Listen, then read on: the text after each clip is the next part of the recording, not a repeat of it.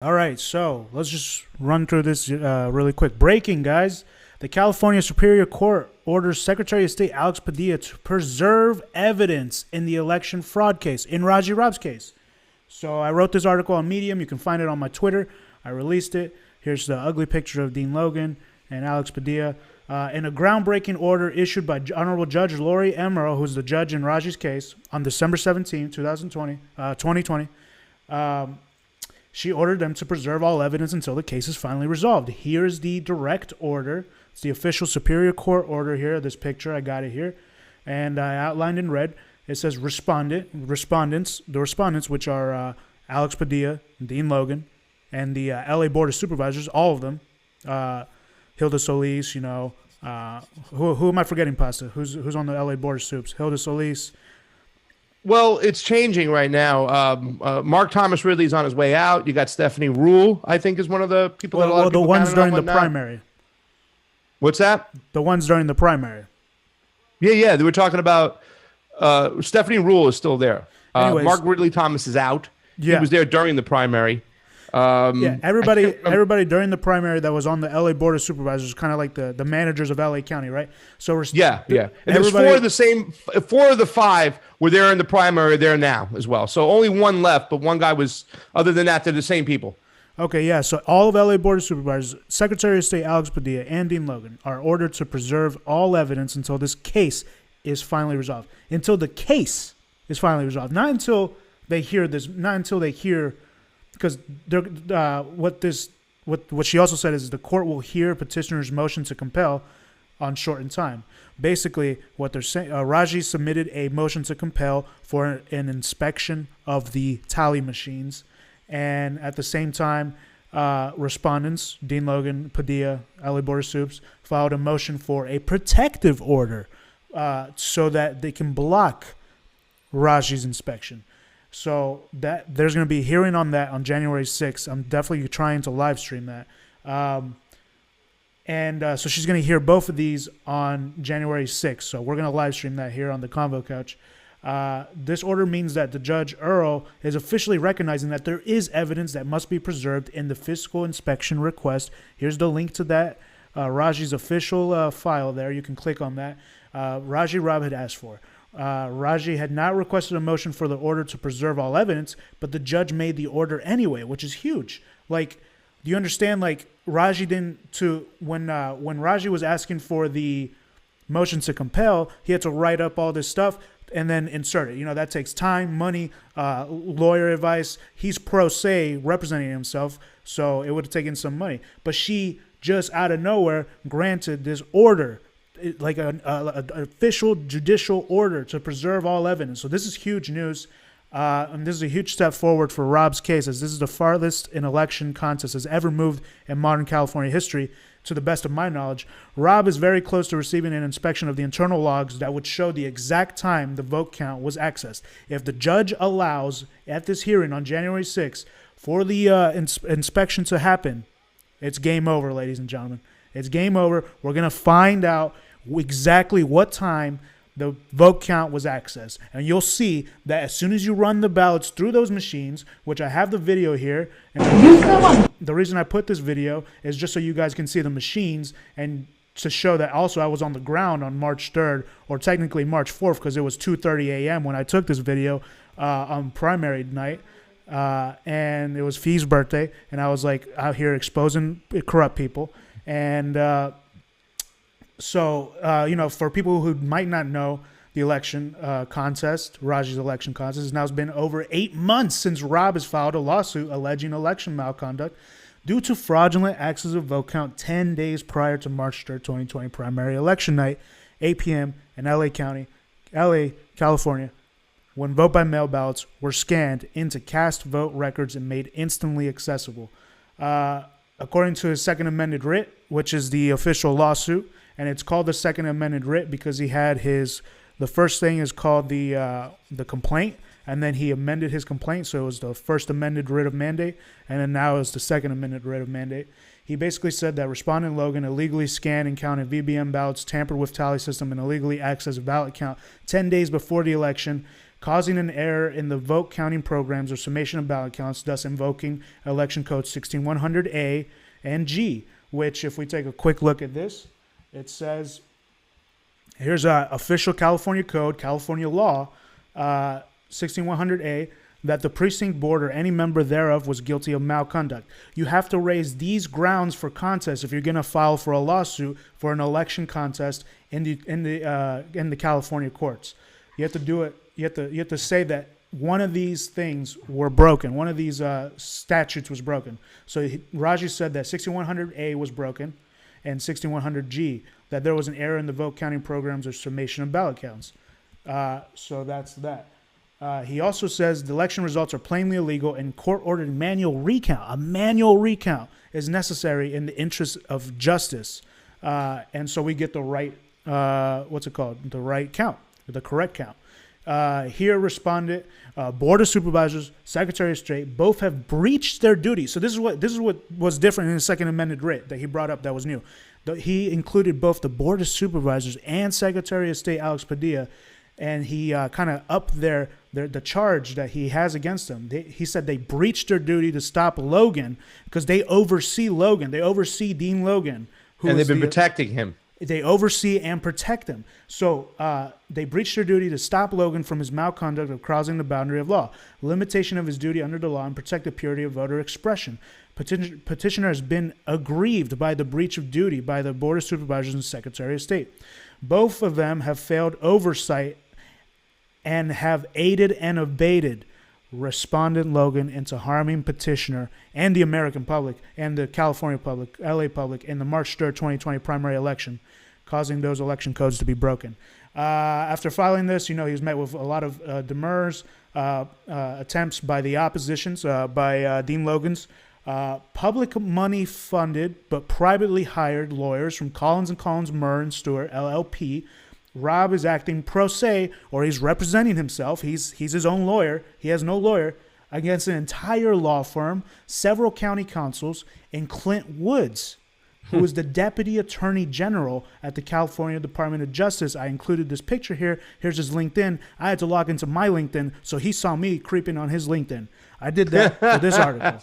Johnny, you got another guy looking at us? Jesus, now. It's okay. He's the Deputy Attorney General of freaking California. Hey, wow. We're not doing anything wrong. Okay. Rob has dealt with various delay tactics from respondents. Respondents have even tried to dismiss the case on technicalities via demurs. He didn't have this acronym or whatever. That they did that in the first amended writ. And overblown claims, like when they tried to claim Rob was inciting a riot. Like literally, this is what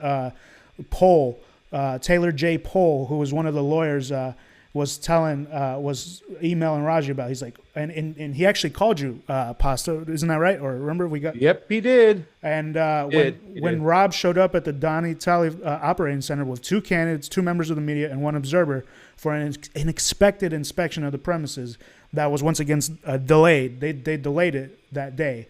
So there's that video. There's our on the ground coverage of that.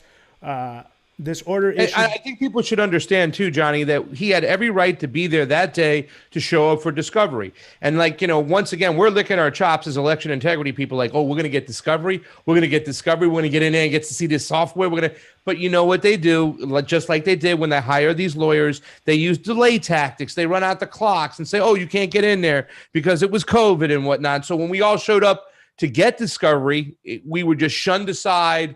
And we were all there. Johnny can tell you more about it. It was just totally disgusting once again. That's why I'm so skeptical moving forward, Johnny, about them really showing us what's what in the inside and letting us see this logs. Because if they do show us the logs, it is game over, period. Yeah, no, you're right, Pasa, because they in their protective order request, they're asking for specifically not to have the logs be seen, not to have the logs be inspected. So I'm going to get to that in a second. The order issued by the judge to the defendants to preserve evidence comes after Rob has filed a motion to compel. Told you all about that. And he filed that on December 11th. And then subsequently, they filed their notice for the protective order. on December 12th. This December 17 order is not Rob's first big breakthrough. Earlier this year, Rob managed to receive the VSAP Tally Systems operation manual through the discovery process, where the opposition sent over 16,000 pages. I don't know if y'all know this, because I don't think we've made a video like this, or I wrote an article like this to talk to you about this. They sent 16,000 pages. Like, imagine like boxes and a room filled with boxes and boxes and they did that. It's like a movie. You know what I'm saying? Like, they sent all these pages of documents that he had to go look through with his team. And Rob was able to find a needle in the haystack diagram that scientifically proves the point that there is accessibility as soon as ballots are scanned through the machines. Contrary to statements made by election staff, we're looking at you, Alex Olvera, Jeff Klein, and Dean Logan. They all see us in their sleep.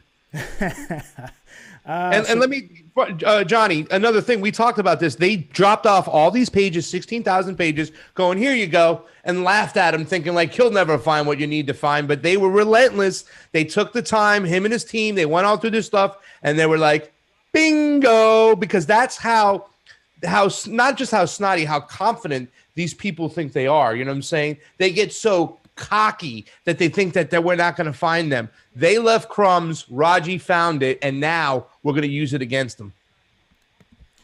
So really quickly, almost done here, wrapping this up. There's a diagram. You guys can take a look at that. If you go to this Medium article, here's the PDF version here where it says Figure 6, and you guys can take a close look at that. See if you can, if anyone knows computer science or IT, take a look at that, or send it to your IT friends and see what they say. I'm telling you, there's accessibility as soon as you scan the ballots. That's the point. After finding this diagram, Rob had not one but two computer science experts with each over 20 years of experience in the field take a look at the diagram. The two experts confirmed and are willing to testify in court. That's what they're going to do when there's the hearing on the second amended writ and on the demur, and that's what they're going to do. They're going to be in court. Well, I think it'll be via Zoom, but if it wasn't COVID and everything, they'd be in court testifying, saying that what Rob and Raji has several years of IT experience as well, was suspecting that as soon as the ballots are scanned through the Smartmatic tally system, they are instantly accessible. When the LARCC under Dean Logan scanned vote-by-mail ballots 10 days prior to 8 p.m. election night, that primary night, they broke the law. They violated Election Code 15101B, to be exact. And you can take a look at that on that link. It basically says that you're allowed to process, but it doesn't say anything about tallying or counting the vote. And it specifically says that under no circumstances may a vote count be accessed. And it says that right here. Under no circumstances may a vote count be accessed. And by the way, this was just 15101B before, but they switched it for this general election to be B1 and B2, because they made a legit, they literally changed the law for the November 3rd general election and added this B2 thing. And it literally states for the statewide general election to be held on November 3rd, 2020, any jurisdiction having the necessary computer capability may start to process. It's the same law, except now they can process 29 days before the election instead of 10 days. Any comment on that? And that's bullshit too, because they didn't go through the freaking. They didn't go through the legislative branch. I mean, they have to go through both parties. The public has a right to act on it. They have 6 days once they make this law. They didn't go through it. They went around again, just like they did in these other states, the Secretary of States. Technically, there's a couple groups that are protesting that law right there, Johnny. Yeah, no, that's huge, man. Like it's ridiculous. Okay, so the hearing for Raji's motion to compel is scheduled to occur January 6th, 2021. Wow, almost a year later. And the court will simultaneously hear on the respondent's motion for a protective order. Respondents are asking for a protective order. You guys gotta look at the protective order, because it's ridiculous. It's ridiculous. Respondents are asking for a protective order to deny Rob's continuing demand for a physical inspection of the Downey Tally Operations Center, and specifically to deny an inspection of the logs. And then they actually they quote the Cassandra logs, because that's exactly where it says it right there. I saw that, and certain people have access to these Cassandra logs. You have an admin access to those logs. Their main reasoning being that this protective order is necessary to protect RRCC against unwarranted annoyance, embarrassment, oppression, undue burden, and expense. Yeah. You know, they want to stop us from getting our data. It's our data. Everything that the election yields or produces 22 months, it must be available, and it belongs to us, the public. We pay for it, and this is what we keep telling you out there, ladies and gentlemen. If they really wanted to have honest elections, they would give us our data. We can do a forensic autopsy on these elections, and within 2-3 days have a result. Don't let anybody tell you it takes months and months, and that's why they can't do it. No, if they handed over everything promptly, we can do this independently, and we can find out what's what. What they're trying to deny Raji is our data, because not only did Raji ask for these things, people have put in public requests to see these logs, and they keep getting denied, keep getting denied, keep getting denied. So lastly, I just have my little comments here. Surely an inspection into our election system is too embarrassing and annoying to even consider. The over 1,600 petition signers for a petition to release the vote count machine evidence would disagree. They would disagree. Candidates Maria Estrada and Elizabeth Castillo, who have filed election contest lawsuits, will also disagree. And I have their tweets here, where Maria said that she filed it, and Elizabeth Castillo's tweet here where she says that Dems have been cheating for since 2016 at least, at the minimum. Why would election officials of the largest county in the United States, located in the 5th largest economy in the world, California, be so keen to hide in those logs? If there was nothing to hide, why did they hire a private law firm? Why are they against a pro se patriot? That's what I call Raji. He's a pro se patriot. It's like they have a whole law firm. You know what I'm saying? Rob counters the respondent's plea for a protective order in the most recent legal exchange by the parties by cleanly spelling out the fact that when discovery was served, the respondents did not make this motion for the protective order until now, several months later, when Rob had filed the motion to compel. This shows that respondents were anything but prompt or timely, which is a requirement set forth in that statute to file a protective order. So, they weren't prompt with this protective order, basically. So they're already... It looks like it should be dismissed, and if the judge doesn't dismiss it, let's see what happens. They're trying to only let him visually inspect the machines. Let's see. The judge. I want y'all to be aware that the judge, Raji, had filed his second amended writ on September 23rd, 2020, and the judge, and that was like way before the election. I mean, he tried to get it done. And he tried to get the inspection done and the hearing done before the election so he could prove it, and so it doesn't happen again, right? So it doesn't repeat. So there no misjustice happens again. But the judge set the hearing date to January 26, 2021, like far, far beyond September 23rd. That's literally like 3 months later. It's 3 months later. 4 months later. Being an on-the-ground witness at the LARCC offices and reading through all the legal paperwork in Rob's lawsuit has shown me that our election systems in the United States are clearly flawed. The huge lack of transparency, and you can see my other article I wrote about that, where there's white vans and sketchy stuff in the supposed most democratic and progressive state in the union, has shown me that there's no transparency in a very wealthy county in a very wealthy state, and we cannot expect there to be transparency across the nation. Should the people let election officials, i.e. public servants, go without scrutiny, or should we just trust that these officials are just doing their jobs? Raji Rob is fighting one of the most fundamental rights we have as a nation, our right to vote. It is becoming increasingly clear in these times that democracy is falling right before our eyes. This is not a partisan issue. This is not a bipartisan issue. This is a nonpartisan issue. This is our right to vote, and we need to fight. Pasta, what do you think? I think you're right. It is a non-partisan issue, and it's something we need to look at. Listen, we do all these shows about election integrity because we want people to understand the framework. We're not fighting for Trump over Biden. We're fighting to get the elections fair. It should be nonpartisan. We should have the most transparent, fair elections that we could have. And, people like Dean Logan have been protected by the Board of Soups, by Alex Padilla. Why?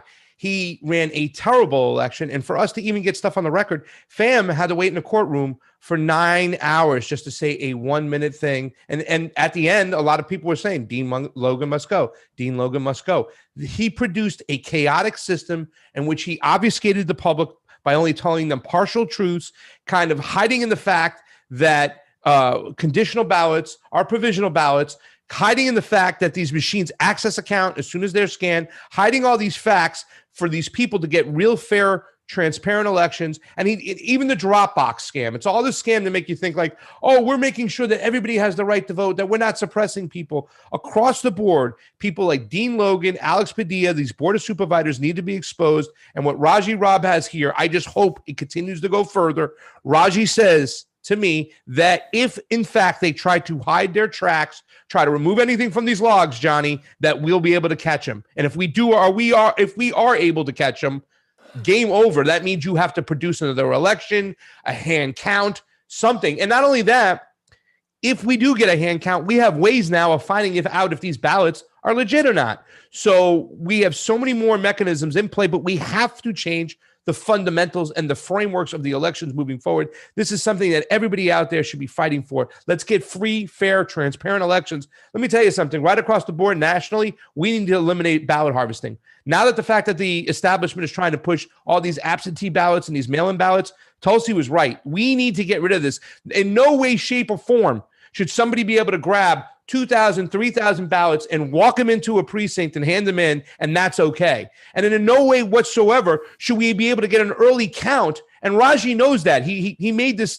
phrase, early counting is early fraud. And he is 100% right. We have these rules in place because we want fair elections, and that's what we need to be fighting for. So hooray to Raji for being so relentless. I love him for this, and I just look forward to seeing more information, more data that comes our way that we own anyways. Okay. All right, guys. And I just want to say that Raji has been fighting like no one else I've seen before. And I just wanted to say hi to the camera.